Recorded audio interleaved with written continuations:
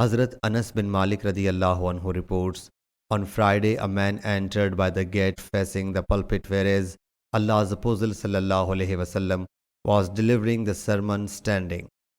He stood up before Allah's Apostle sallallahu alaihi wasallam and said, O Allah's Apostle sallallahu alaihi wasallam, the livestock have perished and the roots have got cut off. So supplicate to Allah Jalla Jalaluhu to pour rain on us.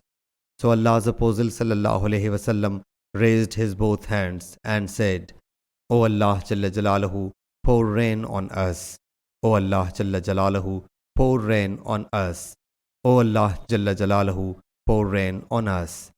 Hazrat Anas radiyallahu anhu said, by Allah Jalla Jalaluhu, at that time there was neither any cloud nor even a speck of cloud in the sky, nor was there any house or building between us and Mount Salain.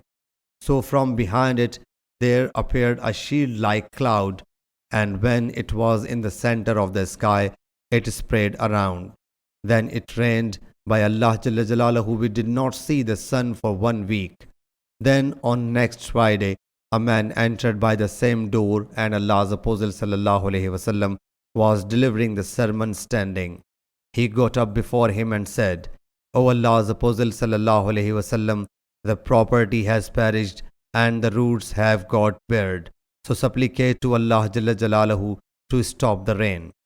So Allah's Apostle sallallahu alaihi wasallam raised his hands and said, O Allah Jalla Jalaluhu, round about us, but not on us. O Allah Jalla Jalaluhu, on the mountains, the mounds, the hills, the valleys, and on the places where trees grow. So the rain stopped and we walked in the sun. Sharik said that he asked Hazrat Anas radiyallahu anhu, was it the same person who came the first time? He said, I do not know. Sahih Bukhari, Hadith number 1013.